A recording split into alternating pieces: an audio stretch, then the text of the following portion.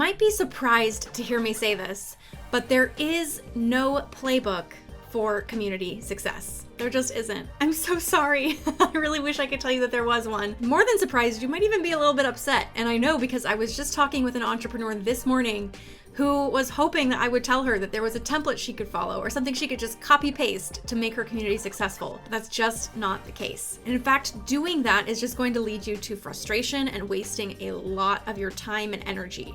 I don't want that for you. You don't want that for you. What I can give you in this video right here is a framework for thinking about how community success can look, feel, sound in your specific business.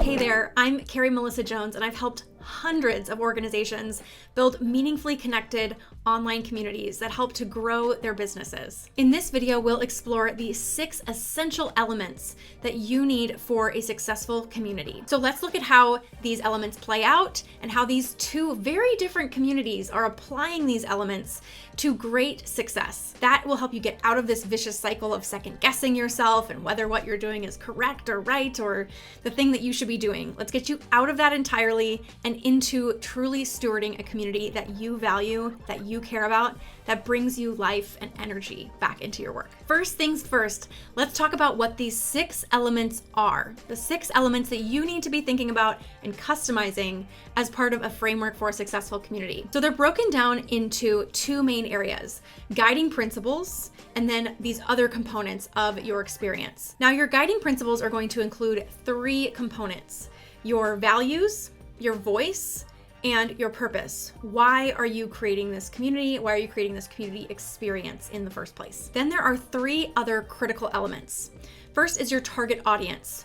Who is it that you're gathering specifically? What makes them different from others who might not be compelled to join this gathering or this community? Second, constraints. What kind of place, technology, or time constraints might your community members or your target audience have that you're going to need to design around and accommodate for as you think about your community design? And the third essential element is, what is the actual experience going to look like?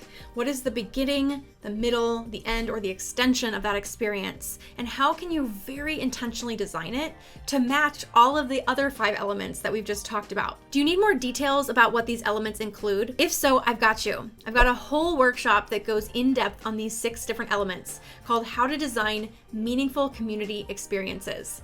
You can find that at the link in the comments and the link in the description of the video. I really encourage you to check that out and to dive deep into these concepts, because if you start to apply this work and you don't have the solid foundational knowledge, then you're just going to end up going back into that vicious cycle. So make sure you check out that free workshop now. Now that you understand these 6 elements, let's look at them in context. What does this actually look like once it's manifested inside of a community? So we're going to look at 2 of these incredible communities that I hope inspire you. Starting first with Dreamers and Doers, which you can find out more about at dreamersdoers.com. Dreamers and Doers is an online membership community that brings together professional women from all over the world to support one another and to also amplify their work through PR. Let's take a look at how these elements play out in their community setup.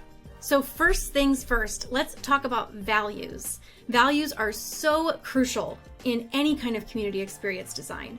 And so within the Dreamers and Doers community, you're going to see that they are placed front and center. Right when someone joins, there's a welcome and FAQ. And this section usually is like a place where people just drop random stuff, drop the rules, all these kind of transactional things. But what is really special about Dreamers and Doers is that they've actually infused the values into everything they're doing inside of this welcome experience. They greet you with this banner, "We're so thrilled to have you." The founder has a video here to welcome you, tells you exactly how to get started. But what I really want to highlight for you is that within these sections down here, what are D&D's guidelines and values is its own section. It's that important to the welcoming experience.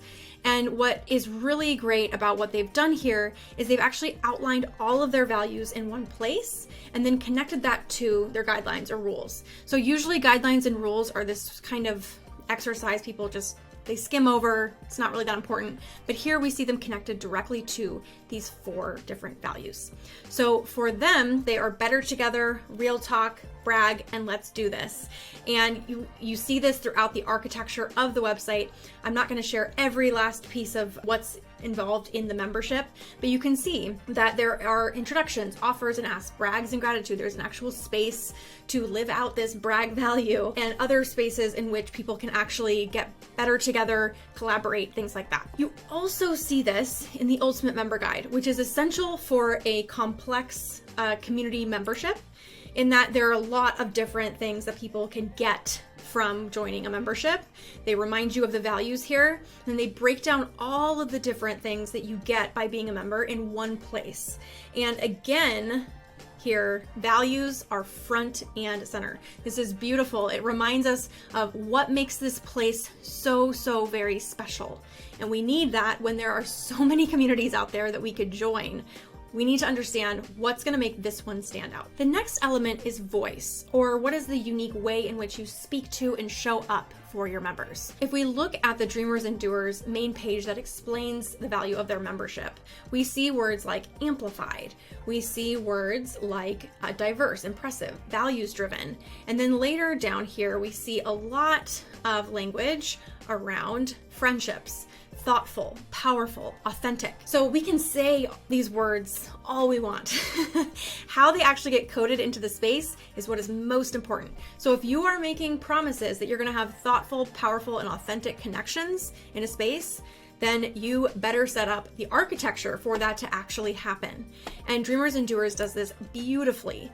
Again, going back to their main page here. This is the actual architecture of the community, starting out with this collective, which is the primary section that most of the activity happens within, then the offerings, location, so that you can find people in your region, interest groups like mom groups or Jewish members, different kinds of specific interest and identity-based groups, and then other kinds of groups, and then links out to other pages. What is really unique about this is if you click into this main primary space here, actually, the things that create these authentic connections, that create actual authentic relationships, those are made primary. So they're actually coming first here in the architecture. You'll often see things like introductions or real talk, personal, general discussions. You'll see them buried down at the bottom of a community page. And that is not the case here, because what is so important are those relationships. So they're prioritizing things like introductions, offers and asks, those brags and gratitude, and then real talk and personal. And you can see these are all active spaces. I haven't checked in a couple of hours. These are the things that are going on. And these things happen before, or brought up before in the architecture, the different offerings that you can get. So events, member directory, these kinds of things that are, you're going to get the resource, but you're not going to necessarily interact with anybody. So this is coming first. They're really prioritizing that connection that is part of the voice of the Dreamers and Doers community. The next element is purpose, or why we're gathering. So what I'm showing here is actually from Scout Lab, who did Dreamers and Doers rebrand a couple of years ago, and they share the why Dreamers and Doers exists here. So they say Dreamers and Doers aims to increase the number of women in leadership roles by providing a platform for women leaders to support one another on their journeys. That is their big why together. Again, you see this reflected in the actual architecture of the space that I shared with you prior. Also, if we look at the member offerings, if one of their goals is to actually increase the number of women in leadership positions, then we're going to need to offer concrete and practical advice, concrete and practical programs. And they're doing exactly that. Things like posting many upcoming events. They have events that are happening all the time, having on-demand education, ongoing offers that anybody in the network can take advantage of at any time. And then this very cool and unique aspect of the program, which is the PR Hype Machine, where they source opportunities for women to share their voices in articles at major news publications. So these are practical and concrete ways in which they're going to achieve their mission, while also, again, favoring that connection piece, which is so crucial to this community purpose. Next, the target audience. So Dreamers and Doers is extremely clear about who is a fit for this community and who isn't.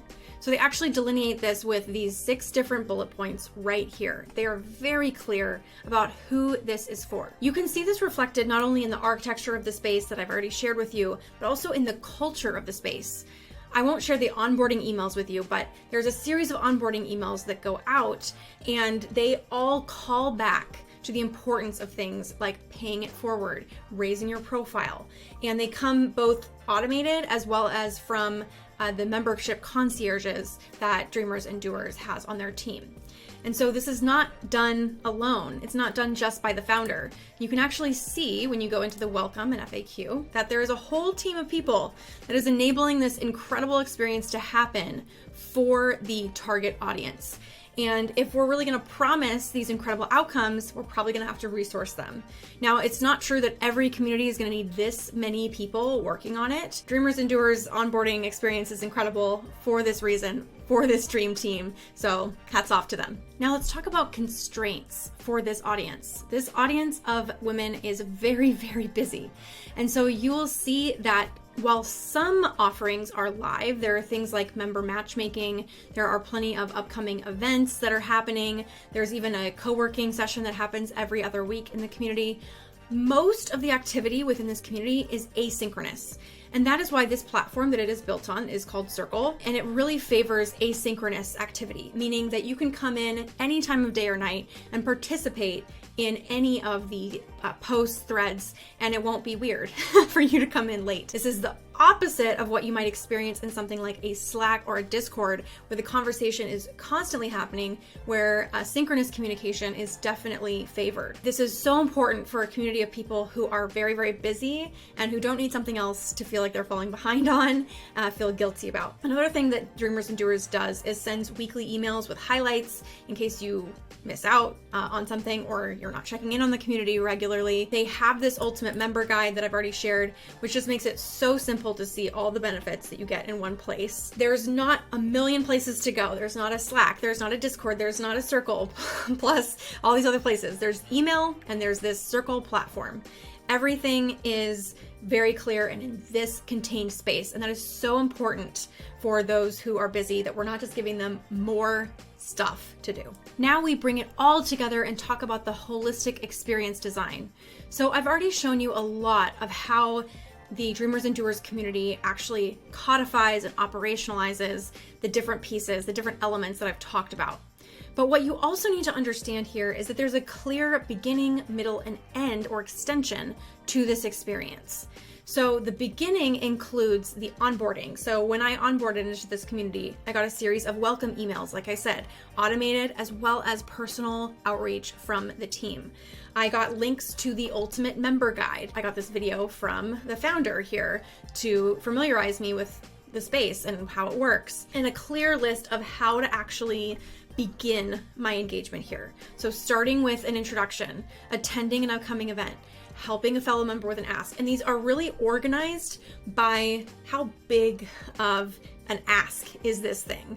It's a lot easier to post an introduction about yourself than it is to try to navigate and figure out, okay, what location subspace should I connect with? These are really things that most people are quite comfortable doing within online communities at this point. And if I could only get through one thing, I can come back to this list anytime, keep working my way through it. And then the middle of the experience, after you've done these things, you're like, okay, great, I'm settled. What do I do now?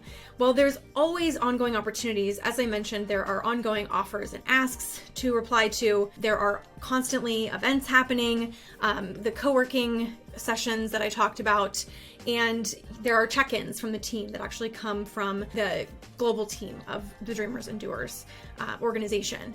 And so that keeps me going. Now, if over time I want to extend my engagement, I want to get even more involved, there's even more I can do. I can start my own interest group. I can join a location group and organize events. I have actually joined interest groups and organized events inside of the interest groups before. There's continually PR opportunities, and you can also give your own talk and elect yourself to do that as well. So there's many, many ways that you can then step up from I'm just getting started to I'm getting comfortable to I'm ready to lead. I'm ready to take on some of my own engagement initiatives as a member. So there's a lot of freedom to play in here. And if and when I decide to leave this community, it will be because, or it will be after I have made these incredible relationships through this really intentionally crafted experience design. So there you have a perfect example of how these 6 different elements play out in a successful online community. Now, I'm curious to hear from you. Which of the elements that you saw manifested here in this community do you think could apply to yours? What did you learn from this example? The next thing we're going to do is turn to a very different kind of community, this one for passionate golfers all around the world. Now, I am not myself a passionate golfer, but I can deeply, deeply appreciate the care and intention that goes into this community. So let's check out the Broken Tea Society. Now, the Broken Tea Society is the community of golfers that is gathered around the Golfer's Journal magazine. Very, very different from the Dreamers and Doers community. And when I first joined and took a look around, this is actually my spouse's a Discord account, I was not sure yet what the values were. But what happened was when I actually went through the joining process, I was dropped right into this welcome section within the community. And actually these principles call back immediately to the values. I was very impressed by this, okay? So there are 6 key values that are talked about here. First is transparency, then respect, peace of mind, purpose, assume the best, and responsibility. Now the rest of these are kind of guidelines like how to interact with the community, no harassment, these kinds of things, no advertising, no misrepresentation. The rest of these are values, and we can see them in all kinds of ways throughout the community. And I'm going to talk about that as I go through the architecture of this space. You'll also notice that the look and feel of this is very, very different from Dreamers and Doers. Is one better or worse than the other? Absolutely not. It's about the values, the purpose, and the audience that's going to help determine what is the best look and feel for your community. So the next thing we want to talk about is the voice of this community. So when looking at the purpose of the Golfer's Journal, we can see that the Golfer's Journal bills itself as a commercially quiet, editorially, if I can say that correctly, pure and breathtaking, timeless quarterly magazine. Again, my spouse is a subscriber. It comes in, it's this heavy bound, beautifully photographed magazine that you get once per quarter. And the community needs to reflect that kind of intentionality, that kind of passion, that kind of respect for the sport of golf. We see there's no advertising allowed, so obviously commercially quiet is very important. And all of these spaces are focused on golfing and getting together, actually getting away from the screen and out onto the course, right? They're courses, not fields. I'm not a sports person, but you can see that that is exactly how this is set up, and I'm going to walk through that as I continue as well. So what about the purpose of this community? What is the purpose of the Broken Tea Society, and why is it connected to the Golfer's Journal? So one great way that I found out this information was through their year in review 2022. And they sum this up. First of all, I love that they call their community the clubhouse in the clouds. I see them refer to it as that a couple of different places. But they sum it up beautifully by saying the Broken Tea Society grew and coalesced that year, coming together to purpose, support worthy causes, improve our collective games, and start to shape the golf world that we want to live in. That is their concrete purpose statement. Beautifully said. And you can see that in a number of ways throughout the architecture of the platform. In fact, one of the key ways that they do this, especially the purpose around improving people's game, is they have a whole section here called the index experiment. My spouse had to explain what this meant to me, but you start out by getting started on the experiment, and it's a whole program that runs throughout the year, and it helps you to then experiment and improve your game of playing golf. So you go through this, you go through the get started, you go through the explanation of the experiment, you share what your goals are, and then you work through and collaborate through the rest of the experiment. So really, really cool stuff that's actually actionable, that you can really put into practice, and you're actually seeing that purpose manifested in the space. Now, in addition to that, this is all about connection, getting out of, off the computer screen and out into the world. And so there's a number of places where there's a place for introductions. There's places for getting together in person. I have all the channels showing right now. You can always turn that off within Discord. So there's a lot going on here. And also connection is just important generally. So they have this tradition, this ritual of saying good morning every morning and sharing, where they're at, what course they're on. There is just so much going on here and so many spaces in which they are living out that purpose. Now, when you look at this Discord setup, you might feel completely overwhelmed. First of all, I have all of the channels showing, which oftentimes you wouldn't have in a Discord server. But second of all, there's just a lot going on here. And that is why it's so important to consider your target audience. This actually works for the Broken Tea Society. And how I found out about this target audience, who they're really trying to go after, I actually found this post introducing the Broken Tea Society created by the founder when they first launched. And they talk about that the Broken Tea Society is made for the most successful, forward-thinking, and passionate people in golf. These are not your casual golfers who maybe go out like once a year because they want to golf with their grandma, right? This is for people who are obsessed and who want to make progress on their game through a number of means. One, actual tactical, practical advice, but also through making it a deeper part of their identity, forming new friendships, getting out of the house and playing. And so you can see that architected in a number of ways throughout this community. As I mentioned before, the index experiment, there's all kinds of rituals that people are participating in. This whole good morning ritual where people share where they're at every day, where they might be playing golf. There are a number of different ways people can talk about the magazine itself. And there's even a whole section introducing people's fur caddies, which I loved. This works for those who are obsessed with golf. It is not for the casual golfer, and that is why it works for the Broken Tea Society.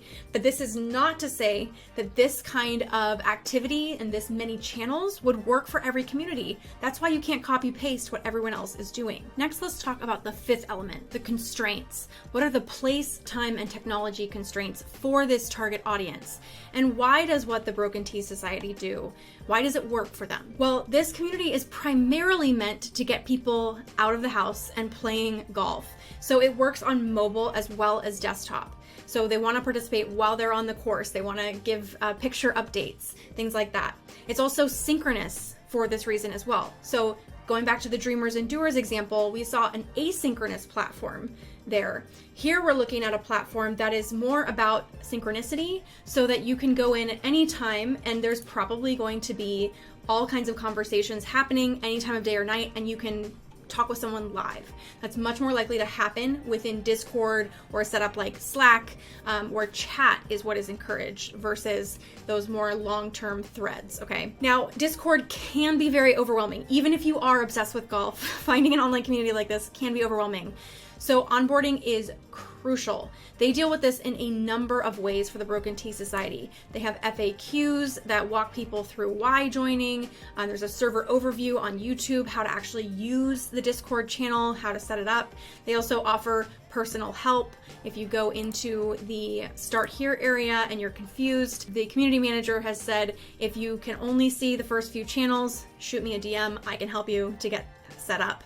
So there's a number of ways that they have worked to try to make this easier for people, because this platform definitely can overwhelm folks, especially if they've never used it before. And finally, the actual experience design, the beginning, middle, and end. I've already walked you through a lot of this for how this works, and here's the Start Here space. So when you're beginning your journey, this is where you begin. It breaks things down, exactly what order you should be working within, exactly what you should be doing in order to get up to speed with the community. The middle of the experience is all of these things, like the index experiment that I spoke about. There's the good morning ritual that I spoke about.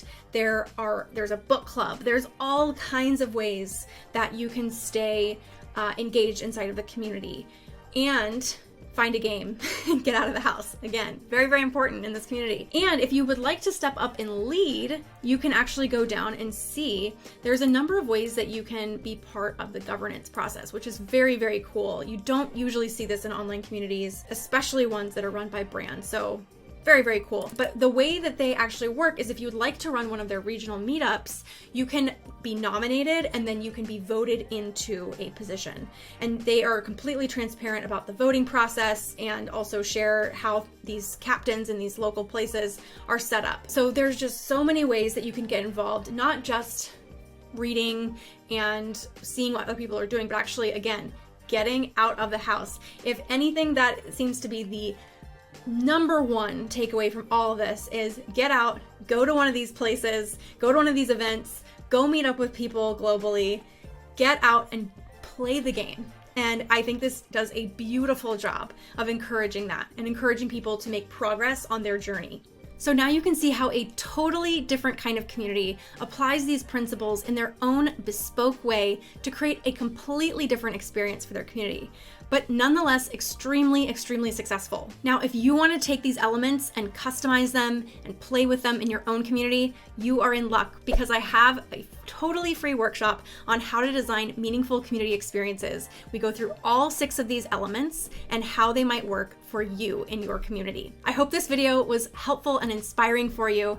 Don't forget to let me know in the comments which elements of the Broken Tea Society and Dreamers and Doers apply to your community and what do you plan to do about that new information. If you liked this video and you want to learn even more about community building, make sure to find me on Instagram at Carrie Melissa Jones. You can take a screenshot of yourself watching this video. Let me know that you're watching it. Let me know any questions that you have, and we can talk all day about community building. All right, friends, happy community building and have a wonderful day.